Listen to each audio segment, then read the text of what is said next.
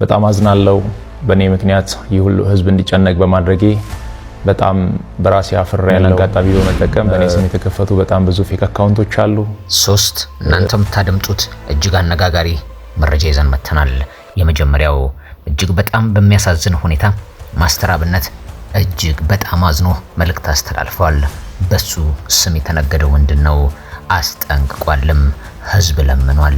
ይሄንን ቪዲዮ በመረጃ ጭምር ይዘን መተናል። ሌላው ደግሞ እጅግ በጣም የሚያሳዝን ዜና ከጎንደር ተሰምቷል። ሁለተኛዋ ዶክተር አርፋለች። ይሄ ጉዳይ ምንድነው? ትክክለኛው መረጃ ከቦታው የሰበሰብነውን ይዘን መተናል። ሌላኛው ሶስተኛው መረጃችን ደግሞ የመሬት መንቀጥቀጥ አስጊ ሁኔታ ላይ ደረሰ። መሬት መንቀጥቀጥም ተከስቷል። ይሄንን ጉዳይ ወደ እናንተ ይዘን እንመጣለን። አብራችሁን ቆዩ። ላይክ፣ ሰብስክራይብ ብቻም ሳይሆን ሼር በማድረግ ለብዙ ስለምታደርሱ እናመሰግናለን። በዚህ እንጀምር። በጣም አዝናለሁ። በኔ ምክንያት ይሁሉ ህዝብ እንዲጨነቅ በማድረጌ በጣም በራሴ አፍሬ ያለው ማንንም ሰው ባያቅና ባይሰማ በጣም ደስ ይለኝ ነበር። ሳምንት ለጎንደር ዩኒቨርሲቲ ሌላኛው የህክምና ባለሙያ በሞት ተለየች። የጎንደር ዩኒቨርሲቲ ማህበረሰብ የህክምና ዘርፍ በከባድ ሀዘን ውስጥ ይገኛል። በዩኒቨርሲቲው የህክምና ጤና ሳይንስ ኮሌጅ መምህርትና ጠቅላላ ሐኪም የነበሩት ዶክተር ሜሮን ደምሴ ባደረባቸው ጽኑ ህመም በዛሬው ዕለት ከዚህ ዓለም በሞት መለየታቸው ተነግሯል። ዶክተር ሜሮን ላለፉት 3 ዓመታት በአዲስ አበባና በጎንደር ዩኒቨርሲቲ ሆስፒታል የህክምና ክትትል ሲያደርጉ የቆዩ ቢሆንም ህይወታቸው ሊተርፍ አልቻለም። የዶክተር ሜሮን ስርዓት ቀብር ወዳጅ ዘመዶቻቸው በተገኙበት በዛሬው ዕለት ተፈጽሟል። የጎንደር ዩኒቨርሲቲ በዚህ ሳምንት ብቻ 2 የህክምና ባለሙያዎችን ሐኪሞችን ማጣቱ በማህበረሰቡ ዘንድ ከፍተኛ ሀዘንና ድንጋጤን ፈጥሯል። የዩኒቨርሲቲው ህዝብ ግንኙነት ዳይሬክተር በውድ ባለቤታቸው ህልፈት የተሰማቸውን ጥልቅ ሀዘን ገልጸዋል። ውድ አድማጭ ተመልካቾቻችን ከአንድ ህክምና ቦታ 2 ሰው በአንድ ሳምንት ውስጥ ዶክተሮች አርፈዋል። ይሄ ብዙ አነጋጋሪ ሆኖ ወደ እናንተ አደርሰናል። ሁለተኛውን መረጃ ልካችሁ ማንንም ሰው ባያቅና ባይሰማ በጣም ደስ ይለኝ ነበር። ያው በአንዴ ወጥቷል። ምንም ማድረግ አልችልም። እረዳለሁ፣ በደንብ ይገበኛል። እንደ ወንድማችሁ አይታችሁኝ በጣም ስለምትወዱኝ እየተጨነቃችሁ እንደሆነ በደንብ ይገበኛል፣ እረዳለሁ። በጣም የምትወዱኝ ከሆነ በጣም ለኔ የምትጨነቁልኝ ከሆነ አሁን የሚላችሁን ነገር እንድታደርጉ በትህትና ነው የሚጠይቃችሁ። ለኔ በዚህ ሰዓት ምንም አይነት የገንዘብ እርዳታ ወይም ድጋፍ አያስፈልገኝም። ለኔ በዚህ ሰዓት የሚያስፈልገኝ አሁንም ደግሜ የምነግራችሁ የኢትዮጵያ እናቶች ጸሎት፣ የኢትዮጵያ አባቶች ጸሎት፣ የወጣቱ ጸሎት፣ ሁሉም በየእምነቱ እንዲጸልይልኝ፣ ሙስሊሞች ዱዓ እንዲያደርጉልኝ ብቻ ነው የሚፈልገው። የሁለት ዓለም ሰዎች በዚህ ዓለም ላይ ስንኖር 2 አይነት ሰዎች እናያለን። አንዱ የሌላውን በሽታ አለብኝ ብሎ ህዝብንና ዜጋውን እያታለለ ጥቅምን ሲያሳድድ፣ ሌላኛው ደግሞ እውነተኛ ስቃይ ያለበት ግን ለህሊናው ለፈጣሪው ታማኝ ሆኖ ይኖራል። የማስተር አብነት ታሪክ ለሁላችንም ትልቅ ትምህርት ነው።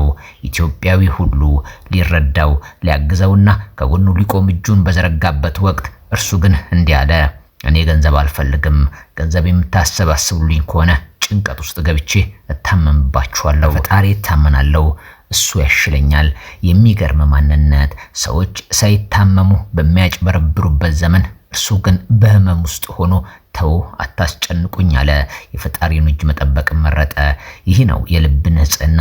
ይህ ነው በፈጣሪ ላይ ሙሉ እምነት መጣል። የሁለት ዓለም ሰዎች የበዙበት ዓለም ቢሆንም እንደ ማስተር አብነት ያሉ ደግና ርህሩ ሰዎች ግን ለሁላችንም የተስፋ ብርሃን ናቸው።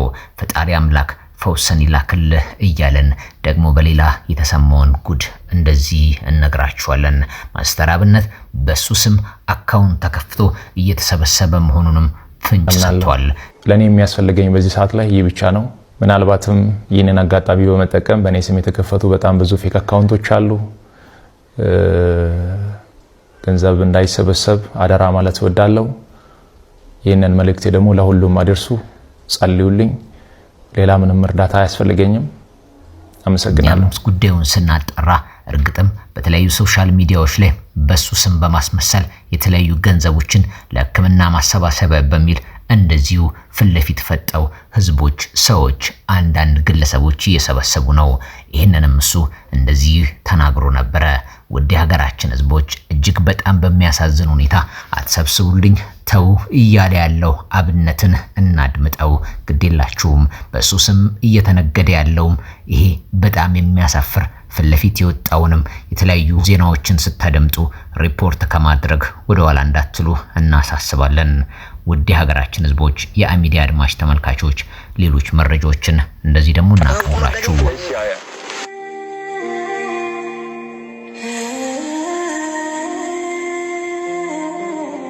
በሳውዲ አረቢያ የመሬት መንቀጥቀጥ መከሰቱ ተዘገበ።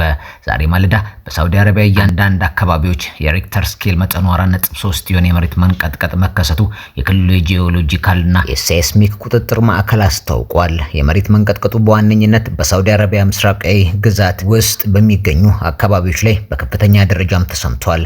እስካሁን ባለው መረጃ መሰረት በንብረትም ሆነ በሰው ህይወት ላይ ደረሰ የከፋ ጉዳት አለመኖሩን ባለስልጣናት አረጋግጠዋል። ንዝረቱ በሪክተር ስኬል 4.3 ሆኖ የተመዘገበም ሲሆን ይህም በመካከለኛ ደረጃ የሚመደብ መንቀጥቀጥ ነው። ባለሙያዎች እንደሚሉት እንደዚህ አይነት ንዝረት ለአጭር ጊዜ የሚቆይና አደገኛ ጉዳት የማድረስ እድሉ አነስተኛ ነው። የሀገሪቱ የድንገተኛ አደጋ መከላከል ባለስልጣን ሁኔታውን በቅርበት እየተከታተሉ ይገኛሉ።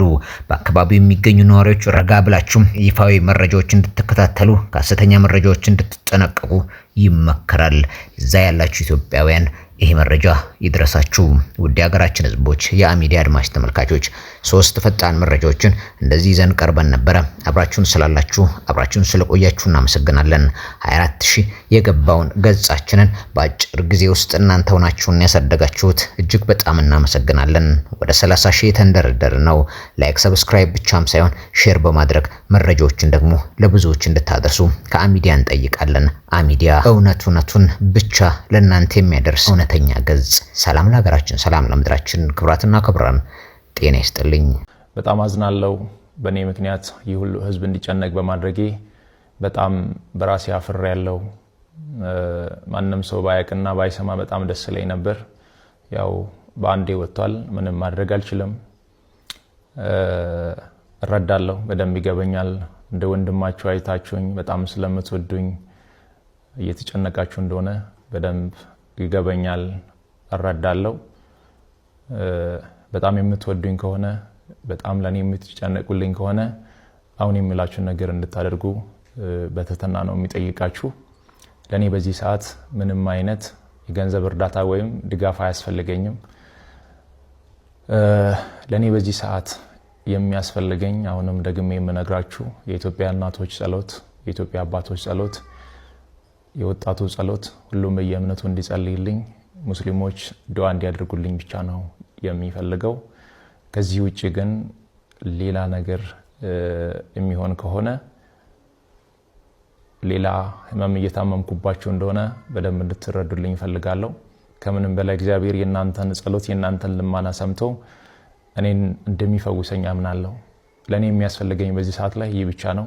ምናልባትም ይህንን አጋጣሚ በመጠቀም በእኔ ስም የተከፈቱ በጣም ብዙ ፌክ አካውንቶች አሉ። ገንዘብ እንዳይሰበሰብ አደራ ማለት እወዳለሁ። ይህንን መልእክቴ ደግሞ ለሁሉም አድርሱ፣ ጸልዩልኝ። ሌላ ምንም እርዳታ አያስፈልገኝም። አመሰግናለሁ።